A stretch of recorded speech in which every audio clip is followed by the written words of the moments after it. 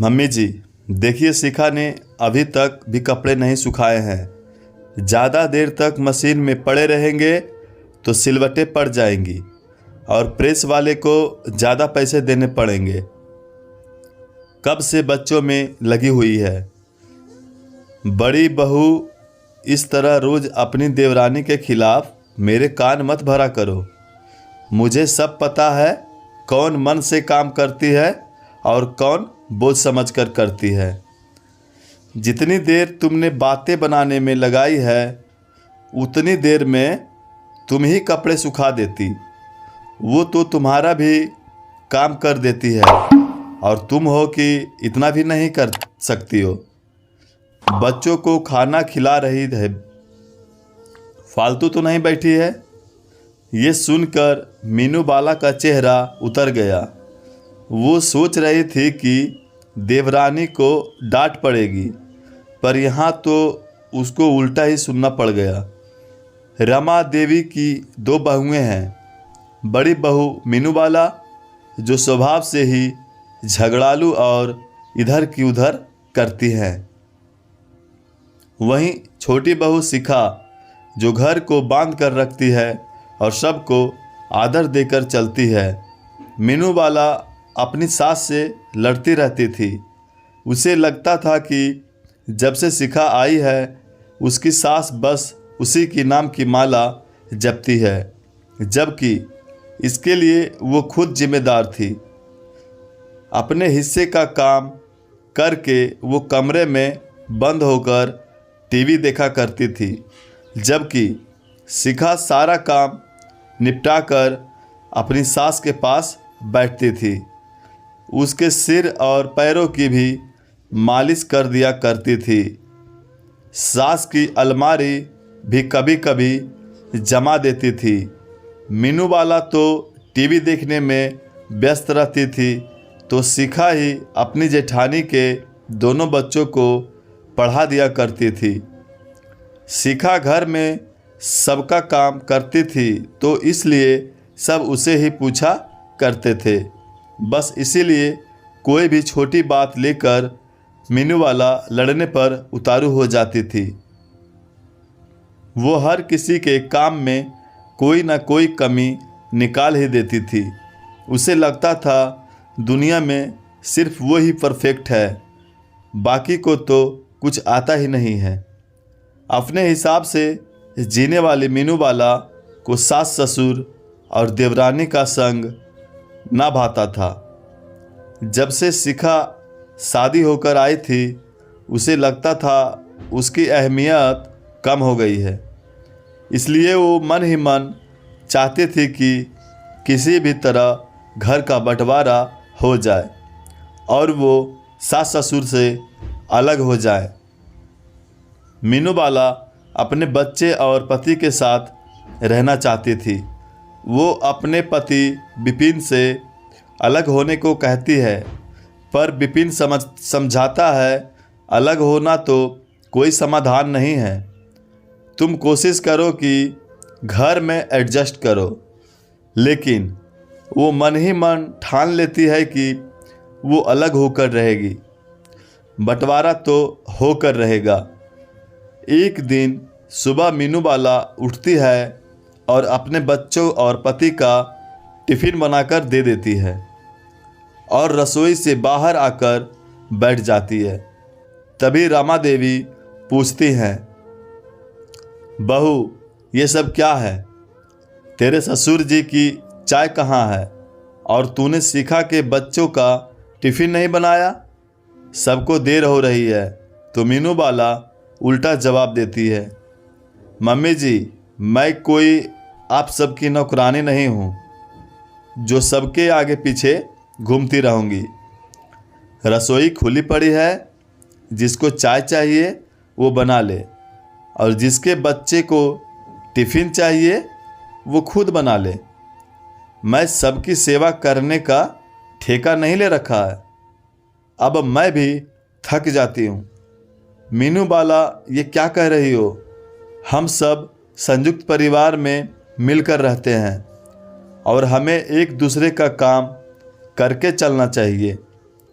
तभी तो परिवार में प्यार बना रहता है। इस तरह इकट्ठे साथ रहकर भी तेरा मेरा करते रहेंगे तो साथ रहने का कोई मतलब ही नहीं है। इससे अच्छा तो हम रसोई और घर का काम बंटवारा कर लेते हैं। हाँ तो ठीक है ना मम्मी जी, घर का बंटवारा कर दीजिए ताकि आप लोग भी शांति से रहो और हम लोग भी सुखी रहें। ये रोज़ रोज़ की चिक चिक मुझसे नहीं होती है। मैं भी अब परेशान हो गई हूँ। ये घर तो मुझे जेल लगने लगा है। अकेले रहने में आज़ादी से तो रह लूँगी, आप लोगों के साथ रहो तो सांस भी आपके अनुसार ही लेनी है। सुबह जल्दी उठो, नहाओ, खाना बनाओ, फिर जाकर पूरे घर का काम निपटाओ। अपनी मर्ज़ी से ना रसोई में कुछ बना पाते हैं और ना ही कहीं घूमने जा सकते हैं। मेरी तो ज़िंदगी ही बंद कर रह गई है। उस पर भी ताने सुनो। ये सुनकर रमा देवी भी बोलती हैं, बहू तू कभी 6 बजे के पहले तो कभी उठती नहीं है। काम तू सारा अकेले भी नहीं करती है। मैं और शिखा भी बराबर लगे रहते हैं। मैंने तुझे कभी घूमने से मना भी नहीं किया है।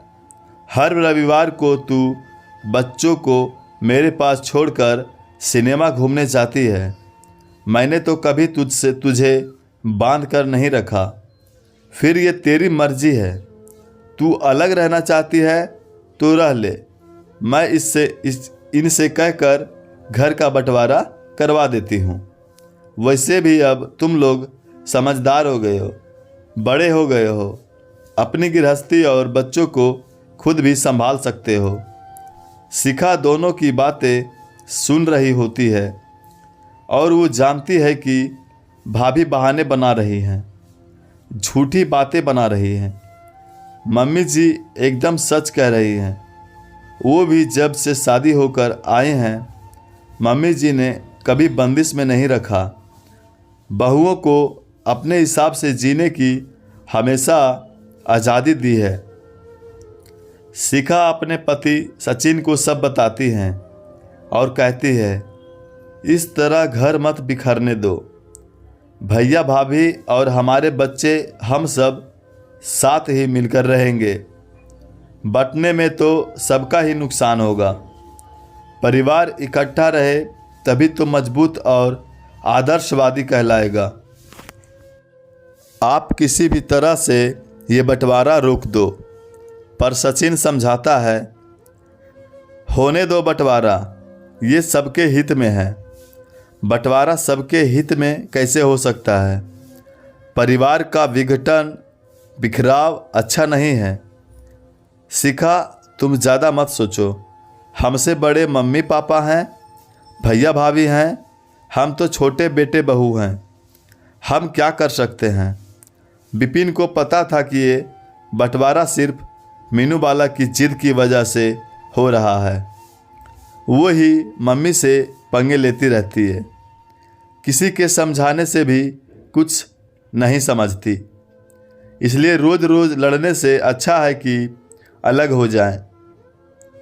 पर फिर भी वो ऐसा जताता है कि पापा बंटवारा करके हम दोनों को इस घर से निकाल रहे हैं। वो छोटे बेटे बहू को ज़्यादा चाहते हैं। रमा देवी और उनके पति मिलकर बंटवारा कर देते हैं। इस घर के अलावा एक घर और होता है जो उसी शहर में होता है। वो घर किराएदारों से खाली करवा के विपिन और मीनू वाला को दे दिया जाता है और दुकान के भी 2 हिस्से कर दिए जाते हैं।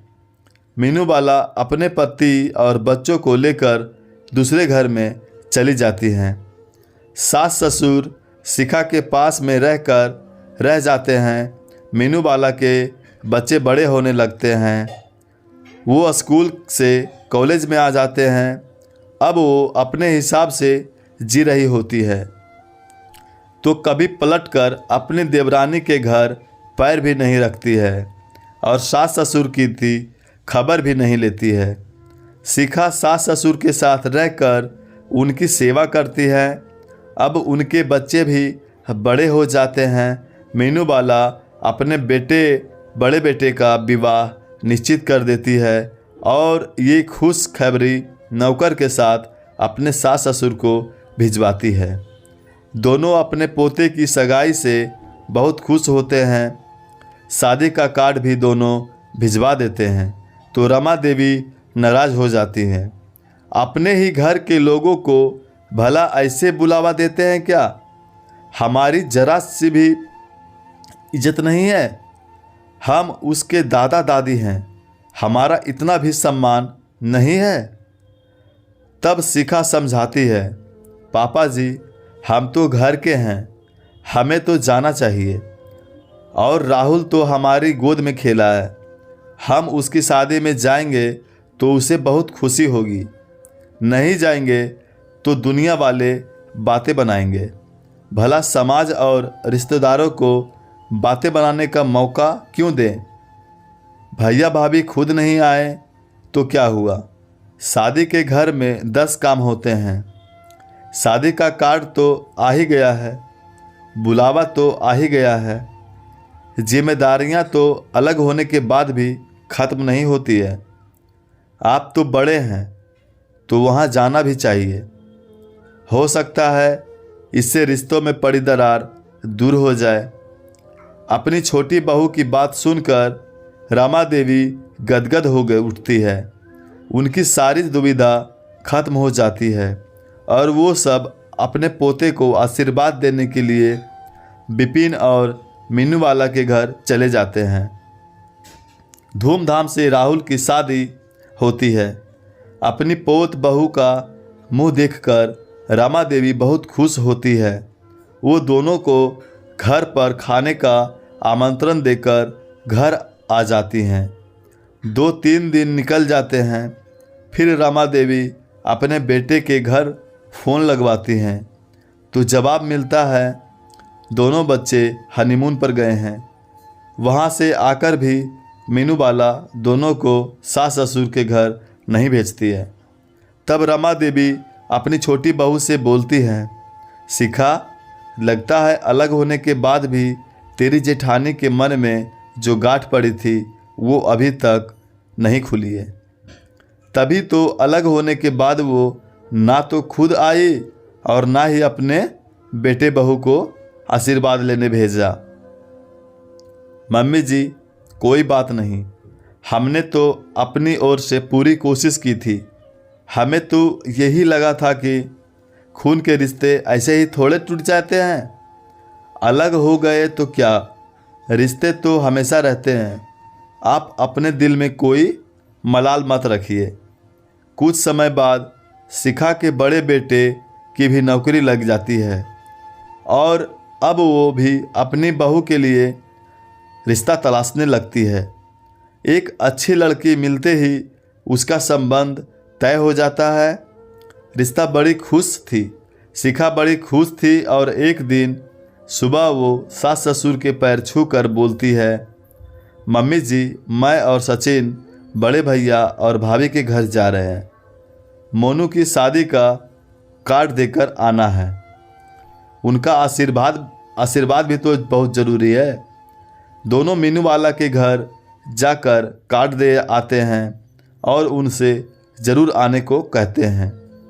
बिपिन बहुत खुश होता है कि अब हम भी शादी में चलेंगे, पर मीनूबाला मना कर देती है। मैं उस घर में कभी कदम नहीं रखूंगी जहां से मुझे निकाला गया है। ये तो राहुल की शादी का कार्ड भी मैंने आपके कहने से नौकर के साथ भिजवा दिया था, वरना उन लोगों को बुलाने का मेरा जरा भी मन नहीं था। मुझे तो आश्चर्य हुआ, वो सब मुंह उठाकर चले भी आए। हमारे परिवार से उनके घर कोई नहीं जाएगा। मैंने पैकिंग कर ली है, हम सब बाहर घूमने जा रहे हैं। मोनू की हल्दी की रस्म होती है, सभी लोग हल्दी लगाना शुरू करते हैं, पर शिखा की नज़रें अपने जेठ जेठानी के आने का इंतज़ार करती है। काफ़ी देर बाद भी दोनों नहीं आते हैं तो रमा देवी कहती है, देख लिया बहू, वो तो जेठानी है, वो नहीं आएगी। अरे उसे रिश्तों की कदर होती तो वो अलग ही क्यों होती। वो तो अपने बेटे की शादी का न्योता देने भी नहीं आई और तू उसके घर भी जाकर आ गई। मम्मी जी, आप मन मत दुखाइए। हमने अपनी ओर से हर फर्ज पूरा किया है। हमारे मन में कभी कोई मलाल नहीं रहेगा। कई बार जिंदगी में तैस में आकर हम ऐसा कुछ कर जाते हैं, फिर पछताते रहते हैं कि हमें वो नहीं करना चाहिए था। हमने कोई कमी नहीं रखी, रिश्तों को जोड़ना चाहा, सबको साथ लेकर चलना चाहा। मोनू की शादी की हर रस्म में शिखा और सचिन अपने बड़े भैया और भाभी का इंतज़ार करते रहे। फ़ोन भी लगाते रहे पर दोनों ने फ़ोन नहीं उठाया।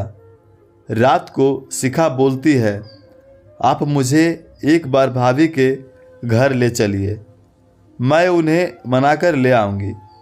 दोनों शादी के फेरों के पहले उनके घर जाते हैं तो घर के बाहर ताला लगा मिलता है। आज उनकी कोशिशों और रिश्तों की हार हो जाती है। भाभी ने ऐसा क्यों किया? बंटवारा तो उनकी मर्जी से हुआ था।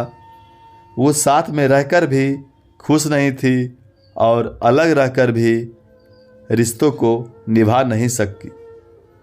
शिखा मन ही मन सोचते हुए वापस लौट आई। पाठकों, साथ में रहकर लड़ने से झगड़ने से अच्छा है अलग रहकर प्यार से रहा जाए। पर अलग रहकर भी रिश्ते नहीं निभाए तो फिर खून के रिश्तों में दरार आ ही जाती है। खून के रिश्तों तो अंतिम सांस तक निभाए जाने चाहिए। आपकी क्या राय है कमेंट बॉक्स में ज़रूर बताइएगा और चैनल पर नए हैं तो सब्सक्राइब करके जाइएगा। धन्यवाद।